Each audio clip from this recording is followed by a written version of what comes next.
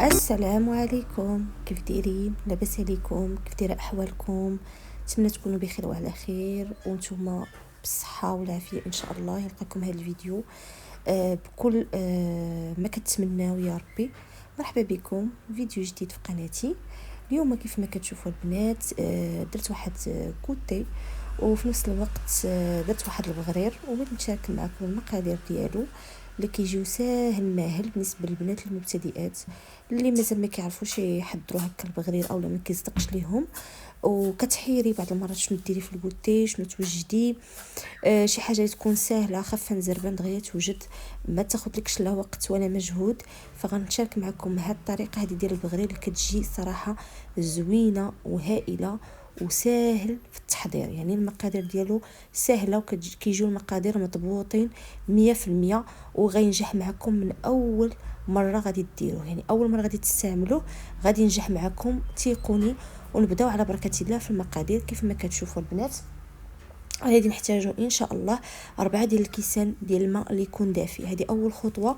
اول حاجه باش كيصدق لكم البغرير هو ان الماء يكون دافي، ماشي سخون وماشي بارد. كناخذوا 4 ديال الكيسان بالقياس ديال العنبه. من بعد كناخذوا معلقه ديال الخميره الفوريه، كنضيفوا معلقه ديال سنيده. بالنسبه للناس اللي ما عندكمش سنيده تقدروا ديروا العسل حتى هو راه كيجي زوين وكيجي افضل. المهم انا غادي نضيف معلقه ديال سنيده هكا باش كيتحمر لينا البغرير. ملي كنطيبوه كتجي التحميره ديالو مذهبه. غادي نضيفوا 2 كيسان ديال السميده الرقيقه البنات، السميده الرقيقه ديك الصفراء الممتازه. وغادي نضيفوا كاس ديال الدقيق الفورس. صافي هادو هما المقادير. المهم بالنسبه للطريقه او يعني السر في التحضير ديال هذا البغرير هو ان خاصكم تميكسيو مزيان العناصر مع بعضياتها تقريبا مده ديال 4 ساعات. تميكسيو مزيان والخليط يكون دافي، يعني الماء يكون دافي. من موراها البنات غادي نضيفوا خماره حمراء صافي، وغادي نعاود نميكسي مزيان حتى يتخلط يعني يتجانس الخليط مع بعضياته. وغادي نخليه على جنب لمده واحد ديال 5 ديال الدقائق، من 5 حتى ل 10 دقائق على ما يتفاعل مع بعضياته ويخمر لينا. وهنا كنكون وجدت اتاي، يعني كنخلي اتاي يطيب صافي. يعني بالنسبه للتحضير ديالو كيكون ساهل البنات، ما كنتعطلش فيه. صافي من بعد كنبدا نطيب. هنا كنطيب في الطيفه لان عندي هذه صغيره. صافي غادي نطيب فيها وصافي. يعني طريقه الطياب راه باينه، خص يكون العافيه ما يسخوش، يعني ما تكونش مجهده وما تكونش العافيه مهيله، ويكون بين وبين. ونخليو حتى يتجعب لينا هكا، يوليو داك التقيبات بحال هكا. كيجي زوين البنات وكيجي ساهل في التحضير. كيف ما قلت لكم الا كنتي مبتدئه راه غادي ينجح معك من اول استعمال.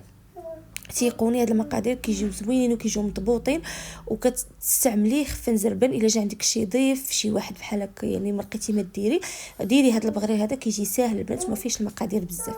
صافي بالنسبه للدهن كيبقى اختياري، اي واحد يقدر يدهن اما بالزبده والعسل اما بالزيت العود. انا صراحه من نهار اللي عقلت على راسي، يعني من نهار اللي حليت عينيا وانا كنشوف الوالده ديالي الله يخليها ليا كتشد البغرير كدهنو بزيت العود. كيعجبني ديك الطريقه وكيعجبني ديك النسمه ديالو، كله طريقته فهمتوا. انا كيعجبني انني ندهنو بزيت العود، وحتى مع الزبده والعسل كيجي زوين صراحه، كيجي المذاق ديالو مختلف.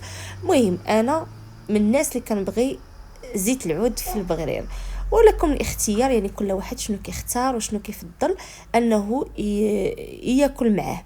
ما بغيتوش تدهنوا كتذوبوا الزبده والعسل وكتحطوه. اللي بغى كياخذ الزبده والعسل، اللي ما بغاش كيدير زيت العود ولا كياكلو هكاك. صافي داكشي تيبقى اختياري يا البنات. هنا بعد ما ساليت الطياب ديال البغرير كله صافي كنحطو وكنبدا ندهن وحده بوحده وكنحط في التبسيط ديالي. المهم هذا هو الكوتي. انا قلت نشارك معكم الكوتي ديال هذا النهار، وفي نفس الوقت نشارك معكم الطريقه ديال البغرير اللي كنحضر انايا كيجيني ساهل دغيا كنوجدو. وهكا بالنسبه للبنات اللي بحالي بنات جدادات في الزواج ولا اللي مازال ما كتعرفش طيب، اختي نوضي توجدي البغرير. راه الطريقه هذه غتجيك ساهله ماهله وتيقيني راه غتنجح معاك من اول استعمال. وصافي البنات هادشي اللي كاين بهذا بالنسبه للكوتي ديال هذا النهار. وصافي هنا صافي درت اتاي ضروري، اتاي كيجي مع البغرير، وضروري لي كل اتاي صحراوي 100%. ضروري ما يتشحر على خاطر واخا ماشي على فوق المجمر. فوق الفاخر، ولكن يكون اتاي صحراوي. انا كيعجبني اتاي اللي يكون قاصح، ما يكونش داك اتاي اللي خفيف وصافي. انا بعدا انا عارفه راسي متعوده عليه من شحال هادي اتاي يكون قاصح. هاد الكويسات هادو كنت خديتهم من شحال هادي ومازال ما كتبش انني نستعملهم. يلا في هذا الفيديو هذا اللي تفكرتهم وقلت ارى نوض نستعملهم. صراحه عندي جوج باكيات هادو بالنسبه للاتاي هكا الصحراوي، ديك الدكيكه اللي كتكون غير صغيره ماشي ديك الكيسان الكبار. وصافي هادشي اللي كاين. بالنسبه للبراد قلت لكم مازال غادي ناخذ براد. اصلا واحد البراد ديالي راه ما حيدت عطيته الراجل اللي دا معاه الخدمه، وهذا جبته من عند ماما. انا كنقرب العصا، انا كنقول لكم حاجه بلا ما تسولوا ولا شي حاجه. اصلا ديك راه ديال ماما غادي نردو ليها وغادي ناخذ ان شاء الله شي بريريد زوين. صافي هنا كانوا عندي شويه ديال التقيوتات ولا هذاك المكسرات ولا الخويسيك ولا اش كيقولوا ليهم، حتى هما درتهم في هاد الطبيسلات هادو. عندي هادو حتى هما ما كنستعملهمش، ما عرفتش علاش. خاصني نبدا نستعمل المعينات ديالي.